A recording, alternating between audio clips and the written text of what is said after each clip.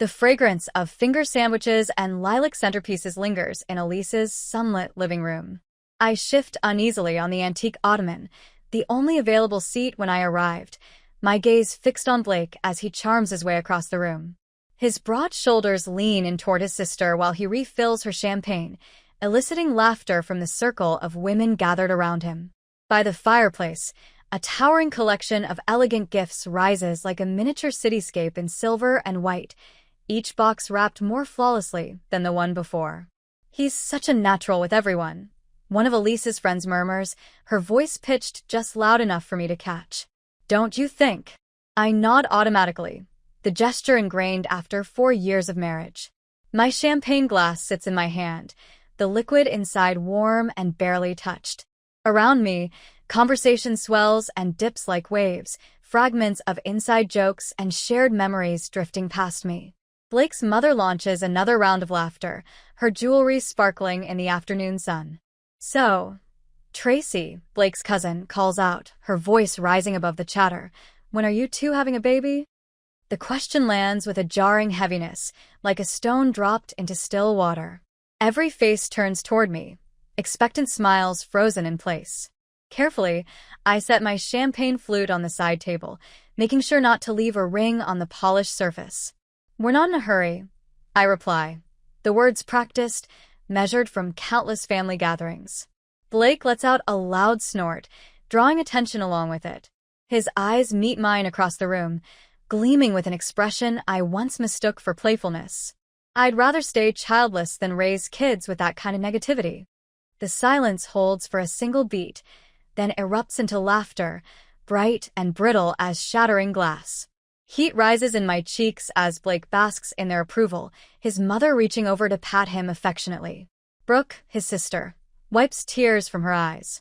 "She'd probably just give birth to complaints and breastfeed them," she jokes. More laughter. My fingers tense against the silk of the ottoman. Suddenly, the room feels too hot, too crowded, suffocating beneath their judgment. "You're not funny," I say quietly, my voice steady. Blake's grin doesn't falter. "Relax. No wonder I don't want kids with you." I stand, my legs shaky beneath me. The gift bag I brought for Elisa sits forgotten beside the ottoman, its white tissue paper crumpled under someone's misplaced purse. I need air. I need to get away from their piercing stares. As I move past, Blake's hand closes around my arm. Not violent, but firm. Possessive. A warning. "Touch me again," I say, each word deliberate, "and I will make a scene." His grip loosens. The women glance away, suddenly absorbed by their champagne, their shoes, anything but the fracture splitting the room's perfect facade. A cheese plate sits abandoned on the coffee table, the artfully arranged fruit now soft and wilting. I walk out, my heels clicking sharply against the hardwood floor. The sound reverberates through Elise's immaculate foyer, framed by wainscoting and decorated with family portraits. My shoulder clips a table holding party favors tied with baby blue ribbons, sending them tumbling to the floor like fallen soldiers. "Come on," Brooke calls after me. It was just a joke. Outside, my pace quickens across the driveway, the spring breeze bringing with it the scent of fresh mulch and blossoming dogwood. It's such a stark contrast to the Target parking lot where I first encountered Blake, his Range Rover nudging the rear bumper of my Honda. He'd stepped out, flashing that disarming smile, all apologies and easy charm. I remember thinking he looked like someone's answered prayer in his tailored suit, the way he insisted on taking me to lunch to make up for the fender bender. Now, for years later, I sit alone in my car, my knuckles gripping the steering wheel until they turn white. The leather seat sears through the fabric of my dress. I'd forgotten to park in the shade. My phone lights up with Blake's name. Then again. And again. The tears come as I pull away from the curb, silent and scalding, blurring the view of the flawless suburban street where I once believed I'd found home. A home where I discovered that love can smile at you even as it cuts you into pieces. Have you ever had that moment when you realize the person you love never truly saw you, except as the punchline to a joke? Where do you go when home stops feeling safe? I press the gas pedal, leaving the answer behind me. Later that night, Dana's couch cushions smell faintly of lavender, fabric softener, and cat fur. I lie staring up at an unfamiliar ceiling, tracing the outlines of water stains in the darkness, while her tabby purrs softly near my feet. The spring breeze slips through a gap in the window frame, carrying faint echoes of passing cars and distant late-night voices. Sleep refuses to come. My phone sits lifeless on the coffee table, its black screen mirroring the glow of streetlights.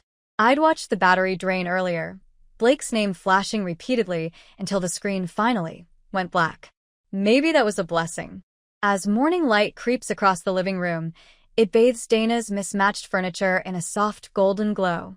I touch my cheek, feeling the dampness of the pillow beneath my fingers. When did I start crying again? Coffee first. Dana calls from the kitchen, then we'll deal with whatever's on that phone. The charging cord stretches across her floor, borrowed from her nightstand. I pause before plugging it in. The screen flickers awake, notifications flooding in like water breaking through a dam. 16 missed calls from Blake. 23 text messages. 8 voicemails. His latest message reads, "Just apologize so we can move on." My thumb hovers over the family group chat, the one I muted months ago when their teasing turned cruel. New messages pile up like rounds of ammunition. Did you catch the look on her face as she stormed out? Classic Nora, always making a scene. Someone's clearly taking herself far too seriously. Marriage, after all, requires a sense of humor. Oh, and Dear Brooke has just posted a meme mocking oversensitive millennials. Blake's reaction? 3 laughing, crying emojis in a row. At that moment, Dana hands me a mug. The coffee scalds my tongue, but I don't mind. The sting gives me something tangible, something real, to concentrate on. "I've been waiting for you to notice," she says softly. "Notice what?" I ask. Her fingers swipe across my phone screen, navigating through old text threads between me and Blake. My own words from months ago stare back at me. I read them in silence, Blake telling me I'm too sensitive about the trust fund jokes. His mother questioning whether my parents ever taught me how to set a table properly. Brooke laughing at dinner as she told everyone about my sad little Honda. "You've been telling me this for years," Dana says gently. "You just didn't name it." The front door creaks open. Vanessa stands in the doorway, an overnight bag slung across her shoulder, her silver hair catching the morning sunlight. My big sister, still showing up whenever I need her, just like she did back in 3rd grade when Tommy Peterson shoved me off the swings. Back then, Dana had called her in the meantime to come help in the emergency. "This isn't just about one baby shower," Vanessa says, dropping her bag onto the floor. I pull out my phone and open the Notes app. Before I even realize it, my fingers are typing. The memories spill out in rapid bullet points. Christmas 2021. Blake chuckling when his mother called my family's traditions quaint. New Year's Eve. Brooke asking if my dress came from one of those discount outlet stores. Last Thanksgiving. Well, at least you tried with the stuffing. The list keeps growing. One page turns into 2, then 3. Each cutting remark slots into place like a puzzle piece, revealing a pattern I hadn't wanted to acknowledge. Next, my voice memos appear. Little audio recordings I'd made while driving home from family gatherings, trying to talk myself out of feeling hurt, convincing myself I was overreacting. I listen now, my own voice sounds so small, so unsure. Maybe if I just tried harder to fit in. Vanessa lowers herself onto the couch beside me, her shoulder pressing against mine. "Would you ever let someone treat me like this?" The question hangs heavy between us. But I already know the answer. My phone buzzes in my hand. Blake's mother's name lights up the screen. I almost ignore the call, but something compels me to answer. "Nora, dear," she says, her voice dripping both sweetness and disdain. "We're all having dinner next week at Giovanni's. The whole family. We really need to move past this unfortunate situation." I open my mouth, ready to say no, but then I meet Vanessa's gaze. There's something in her expression that ignites a new feeling inside me. Not peace. Not resignation. Justice. "What time?" I ask. When I hang up, silence settles over the apartment, broken only by Dana's cat swatting at a speck of dust. My laptop screen glows softly in the dim room as I type. Divorce lawyers near me. Vanessa tightens her grip on my hand. Outside, a cardinal perches on Dana's window ledge, its vivid red feathers stark against the dull morning sky. For a fleeting moment, it locks eyes with me before it takes off, leaving nothing but an open, empty sky. Sometimes, you don't see the bars of the cage until you've already grown your wings. My browser fills with tabs, legal advice, women's support networks, apartment listings. Every click feels like another tumbler falling into place on a locked door. By the way, if you're enjoying this story, don't forget to subscribe to the channel so you never miss an update. Alright, let's get back to the story. Each new tab, another doorway cracking open. For years married. One afternoon of painful honesty. 1,000 tiny wounds, finally culminating in a truth I couldn't ignore. The baby shower wasn't the breaking point, it was just the first time I dared to name it for what it truly was. When someone shows you who they are after for years, Vanessa murmurs, reading along with me over my shoulder. What do? Do you offer them one more chance? The divorce lawyer's website stretches across my screen, the answer thudding in rhythm with my heartbeat. No. Not this time. Never again. The text messages start rolling in by 10 that night. Blake's sister drops a meme in the family group chat, something about wives being dramatic. His mother follows with a long message preaching the virtue of forgiveness, punctuated with prayer hand emojis. Blake himself flips between proclamations of love and sly jabs at my tendency to overreact. I silence my phone, but leave it face up on Dana's coffee table, watching the notifications accumulate like fallen autumn leaves. 3 more days until the family dinner. 3 more days to decide if I'm ready for what lies ahead. They're getting nervous, Vanessa says, glancing over my shoulder at the newest message. Blake's mother shifts tactics, now talking about our shared accounts, reminding me about the vacation home down payment, textbook manipulation. My fingers hover over the phone, automatic, ready to smooth things over. But Dana's voice cuts through my hesitation. You don't owe anyone an explanation for walking away from something that hurts you. The next morning, the office lobby smells of leather and lemon polish. Across the polished desk, Victoria Chen, my divorce attorney, flips through my documentation silently. Her silver hair gleams in the morning sun. When she finally lifts her gaze, there's no judgment in her eyes. You've done your homework, she says, tapping the timeline I compiled. Most people show up with nothing but heartbreak. You brought proof. Spread across her desk, the photos form a breadcrumb trail back to who I used to be. A snapshot from my college graduation. Me raising a champagne glass high, beaming next to my first car, a used Honda Blake later persuaded me to trade in.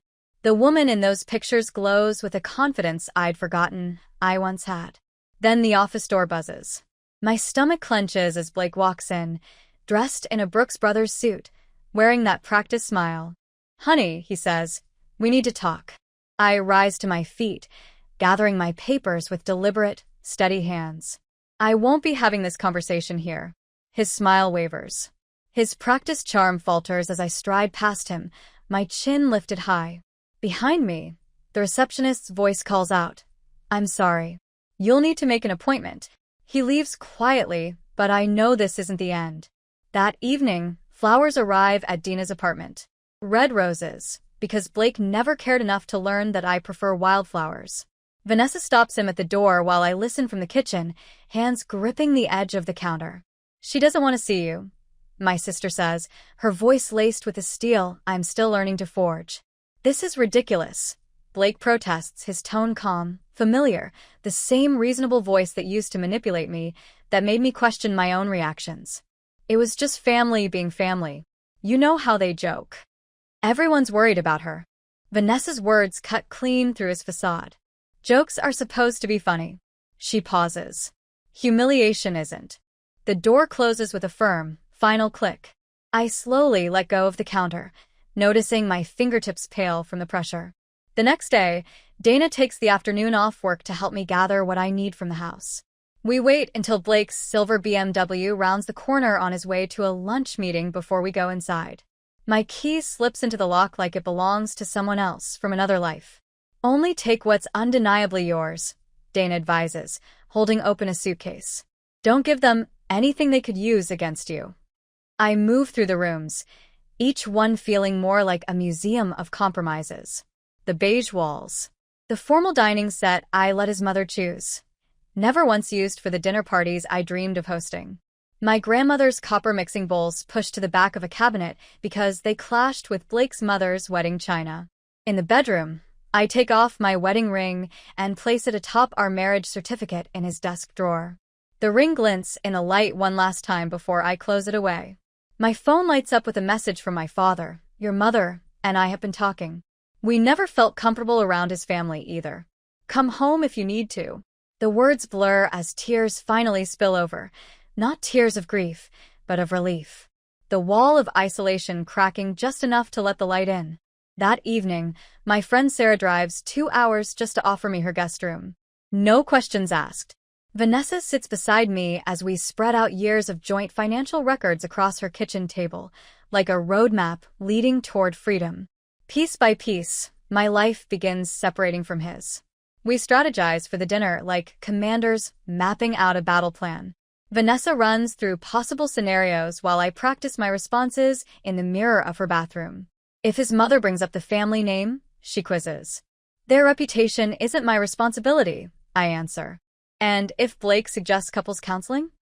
My lawyer will handle all communication. When Brooke calls me selfish, I catch my reflection's gaze in the mirror. I feel like a stranger to myself. Maybe this is my answer, a quiet justification for choosing peace.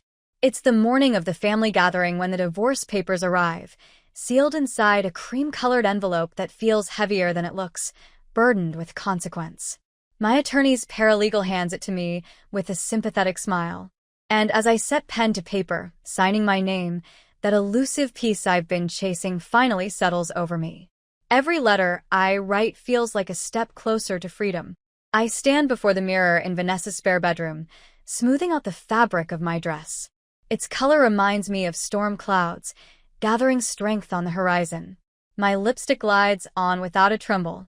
For 4 years, I believed keeping quiet would secure my place in their family. I whisper to my reflection. Silence doesn't earn respect. It invites cruelty. Behind me, Vanessa appears in the doorway, car keys dangling in her hand. Ready, she asks. I check my purse. Divorce papers, phone, the saved messages and photos, every joke and remark that built toward this moment.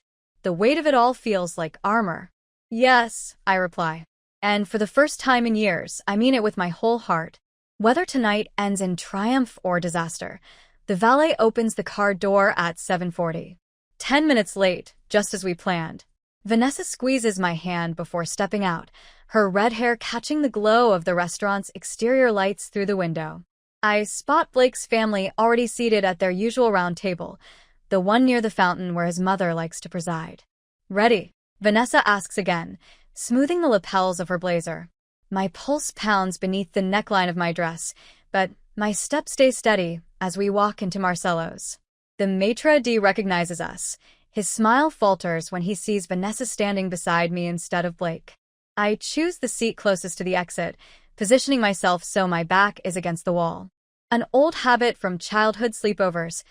Always know your escape route. Darling, Blake's mother rises, her signature perfume arriving a moment before her air kiss brushes 2 inches from my cheek. We've been so worried. Blake watches me with the same calculating look he wore the day he chose my engagement ring. Weighing return on investment. His sister Brooke sits next to him, her fingers tapping rhythmically against her water glass, fresh highlights glinting under the light. They're the picture of the perfect family, poised and waiting for the prodigal daughter-in-law to fall back into place. The waiter approaches with the bread basket, but Blake's mother waves him away with a well-practiced flick of her wrist. We should talk first, don't you think? Of course. Her favorite words to direct at me.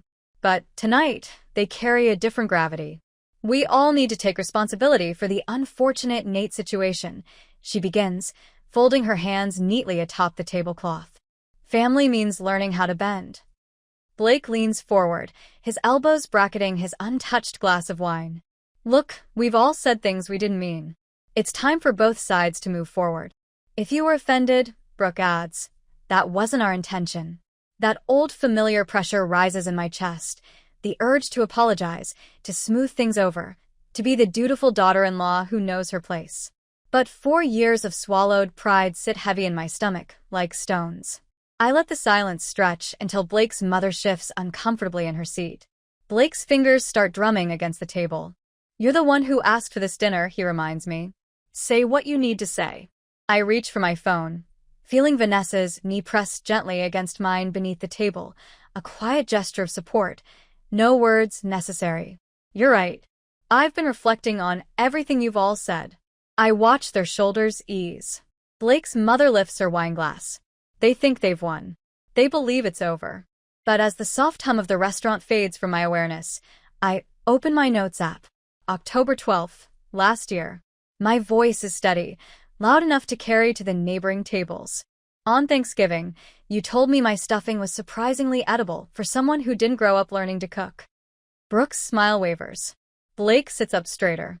The wine glass lowers, forgotten. December 23rd, Christmas Eve dinner. "You asked if that was the best gift I could afford on my salary, then laughed when Blake joked. At least it wasn't homemade this time." Blake starts to interrupt. "Nora," but Vanessa lifts her hand. That simple motion silences him more effectively than any words. "March 8th, you told me my presentation at the hospital fundraiser was brave, considering public speaking isn't exactly my strength." April 2nd, you suggested I quit the choir. Said I should leave singing to people with real talent. From the corner of my eye, I notice the couple at the next table. Their forks are frozen midway, forgotten. A moment suspended in time. Blake's mother's face tightens with each date, every slight I recite. June 15th. Blake cuts in, his voice snapping through the air like a whip. "Nora." "That's enough." People are staring. I meet his gaze, unwavering. "Yes, they are. How does it feel, having strangers witness the truth about your family?" Brooke pushes back her chair abruptly, the legs scraping harshly against the hardwood. "This is ridiculous," she scoffs. "You're twisting everything, taking it all out of context." "No," I reply evenly.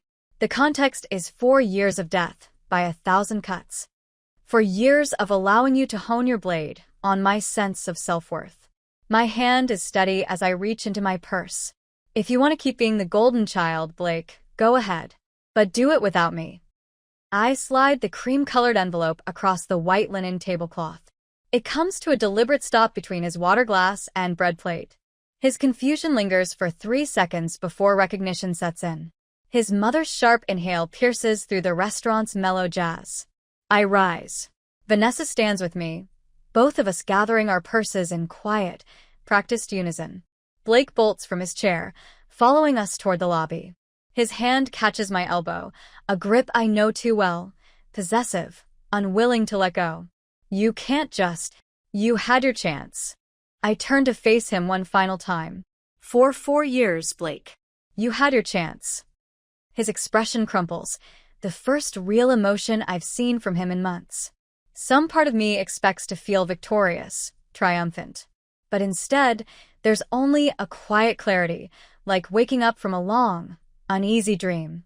Through the restaurant's front windows, I watch as the valet brings my car around. Blake's family sits inside, heads bent together in a huddle, conspiring like plotters in the aftermath of a failed coup.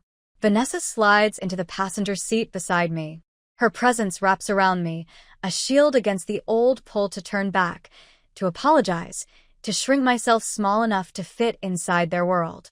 The night breeze carries the fragrance of jasmine drifting from the restaurant's garden. I can't help but think back to our first date here. I remember how Blake ordered for me, without even asking what I wanted. How, at the time, I mistook his need for control as a sign of confidence.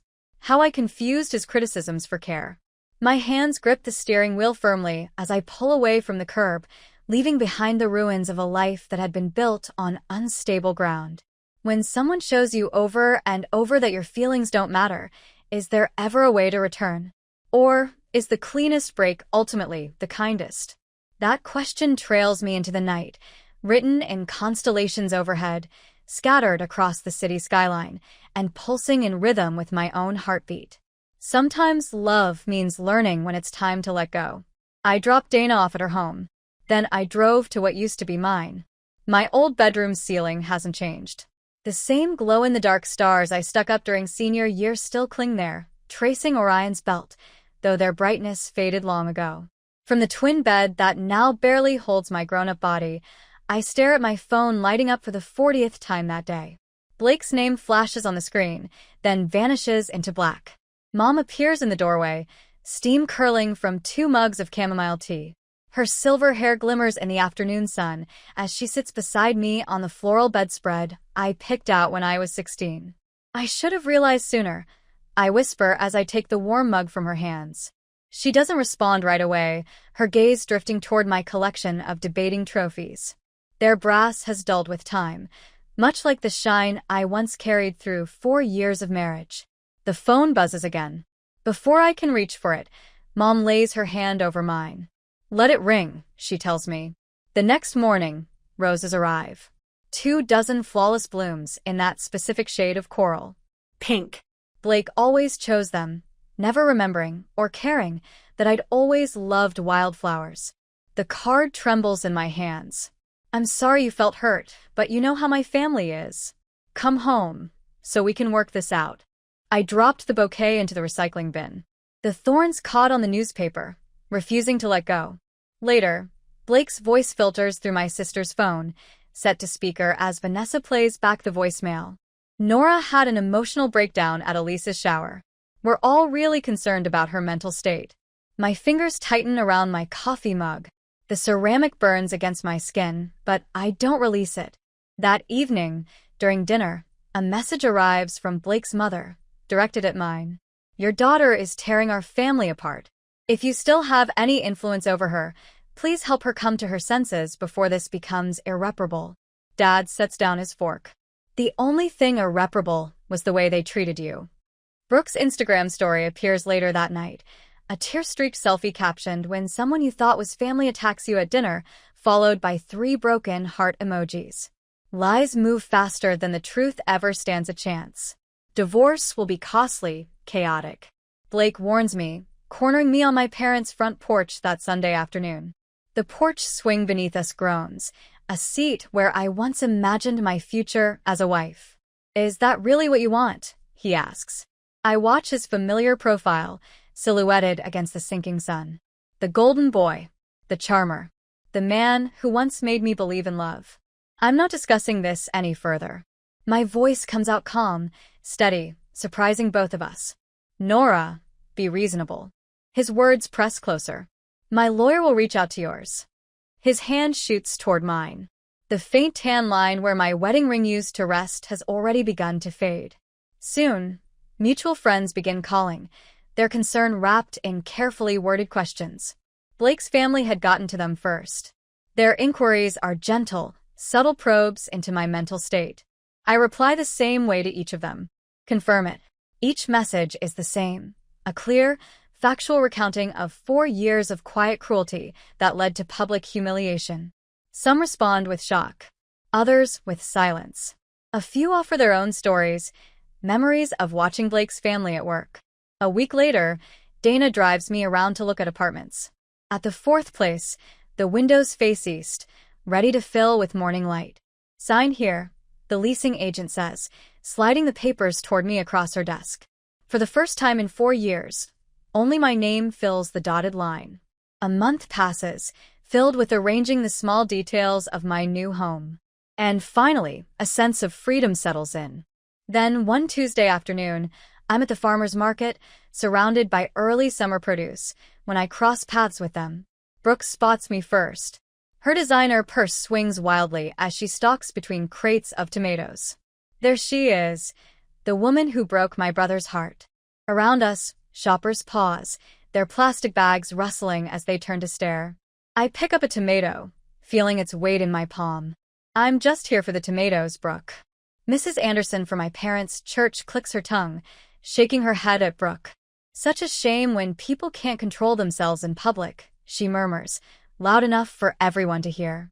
Blake's mother appears, perfectly manicured, her hand closing firmly around Brooke's arm. Together, they retreat past the honey stand, their social standing crumbling like sand beneath them. The final meeting takes place the following Wednesday, in my lawyer's office. Blake arrives wearing his best suit, that well-practiced smile plastered in place. But his confidence falters when I lay down documentation, every account, Every asset, every detail he assumed I'd miss. Just sign, my lawyer instructs, sliding the papers across the glossy conference table. Blake's pen hovers uncertainly above the signature line. I didn't think you'd actually go through with it. I think back to that afternoon at Elise's bridal shower. Finger sandwiches. Lilac centerpieces. It was the moment I finally recognized the truth. That had always been the issue. 6 months later, I'm standing on my balcony, watering the herb garden, when the mail arrives.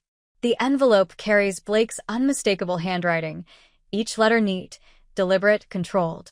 Sunlight pours through the windows facing east, casting intricate patterns across the hardwood floors I chose on my own. I hold the envelope in my hands, acutely aware of its weight. It could hold an apology or an accusation, offer closure or spark fresh chaos. My fingers graze the basil leaves, releasing their sharp, green scent. Would you open a letter from the person who shattered your heart? Or is it wiser to leave the past sealed away? The next few months sped by. These days, sunlight filters through the sheer curtains I picked without seeking anyone's approval. The walls of my apartment radiate a soft coral pink, a shade Blake would have dismissed as too Miami Vice. Each morning, the echo of his voice inside my mind grows a little dimmer. My coffee maker sputters and steams, filling the kitchen with the rich aroma of freshly brewed coffee. No more forcing down the bitter dark roast Blake had insisted was sophisticated. I pour oat milk into my mug, stirring in a spoonful of sugar. The sweetness feels like a quiet rebellion. The promotion letter rests propped against my laptop, its edges already worn from how many times I've read it. Your leadership during the healthcare system merger demonstrated exceptional vision. My hands trembled when I opened the envelope last week. For years of navigating around Blake's dinner parties, his family's holiday demands, his condescending, "Your career is cute" remarks, and now my name sits firmly on the executive org chart. The balcony calls to me. It's barely larger than a postage stamp, yet every inch belongs to me, overflowing with containers. Plants, herbs, succulents. A single defiant tomato vine. I lift the watering can, watching droplets catch the morning sun. A neighbor waves from her identical balcony. I wave back, not bothering to check whether my smile looks friendly enough. Dr. Martinez's office feels like a refuge now. I remember how my hands trembled the first time I stepped inside. "What brings you here today?" she'd asked. I'd prepared a neat little speech about work-life balance and professional growth. Instead, I'd broken down in tears, rambling for an hour about Target parking lots, baby showers, and the exhausting burden of always being the punchline. "You're describing emotional abuse," she'd said softly. Her words landed like a lightning strike. Now we meet every week, gently unraveling the knots of how I learned to shrink myself, to be quieter, easier to swallow. How I mistook the laughter of Blake's family for love. Sarah and I are meeting for coffee. It's been a long time since we last spoke, not since my wedding day. Blake always thought she came across as a bit intense. Now we're sitting down at our old favorite cafe. My thumb hovers over the emoji menu, no longer weighing which response will attract the least ridicule. Just last week, Paul, the widower from my book club, asked me to join him for coffee. He's got silver hair and kind eyes, always more of a listener than a talker. Our conversation drifted from his late wife's garden to my new love for spicy food and the mystery novel we're both reading. 2 hours passed, and I never once worried that I was taking up too much space in the conversation. Last night, I had dinner with Vanessa, and I laughed so hard that water came out of my nose. My first instinct was to stop myself and check if anyone was judging me, but my sister simply handed me a napkin, tears of laughter streaming down her face as she finished telling her story. The freedom of that unrestrained joy still feels new, fragile. At Dana's baby shower, there was a genuine warmth that filled the room. There were no towering piles of color-coordinated gifts. No champagne flutes filled with judgment. Instead, there were friends sprawled across mismatched furniture, swapping birth stories and parenting advice. One woman balanced a paper plate of cake on her pregnant belly, and not a single person made a snide comment about calories. Then Tracy asked, her voice full of real curiosity, "What about you, Nora? Any plans for kids?" That old fear fluttered inside me, the question hanging in the air like an unspoken challenge. What's the right answer? The safe one? I took a breath. I'm focusing on being the best and I can be right now. And as conversations swirled around me, warmth spread in my chest. There were no hidden jabs or quiet criticisms, just women supporting each other, the kind of support I once imagined Blake's family would offer me. Then the letter came. It arrived on a Tuesday, the familiar shape of Blake's handwriting causing a knot to form in my stomach. 3 pages of apology, self-reflection, and therapy insights, wrapped in the idea that he had changed. "We could try again," he wrote. "Do better this time." I traced his signature, remembering the man who charmed me in that parking lot. I don't doubt he's changed, but I've changed more. The next day, when I told Vanessa about the letter, she asked, "Do you regret it?" We were sharing spring rolls at our favorite Vietnamese place, the one Blake always said smelled weird. "Not for a minute," I told her. My response to Blake was simple, 2 sentences. "I wish you well on your journey of growth. Please don't contact me again." That night, at the women's shelter, the space felt different than I had imagined, brighter, more alive. In group sessions, I shared my story, watching the understanding spread across the faces of women who knew firsthand how charm could twist into cruelty. The first joke wasn't really a joke at all. One woman explained it was a test to see how much you tolerate. Thanksgiving came in a swirl of autumn leaves. There were no perfectly coordinated table settings, no seating chart carefully designed for strategic purposes. It was just my family, Dana and her husband, Paul from book club, and 2 women from the shelter support group. We ate off mismatched plates and laughed until we snorted. Later, standing by my window, I watched the sunset paint the sky in a spectrum of colors. No one could mock me for loving anymore. The silver ring on my right hand caught the light, a gift to myself. It was chosen without seeking anyone's permission. My phone chimed with Dana's ringtone, signaling dinner plans. "That new Thai place finally opened," she said. I smiled and reached for my keys. The woman who once shrank herself to fit into Blake's family wouldn't recognize me now. But that's okay. I finally recognized myself.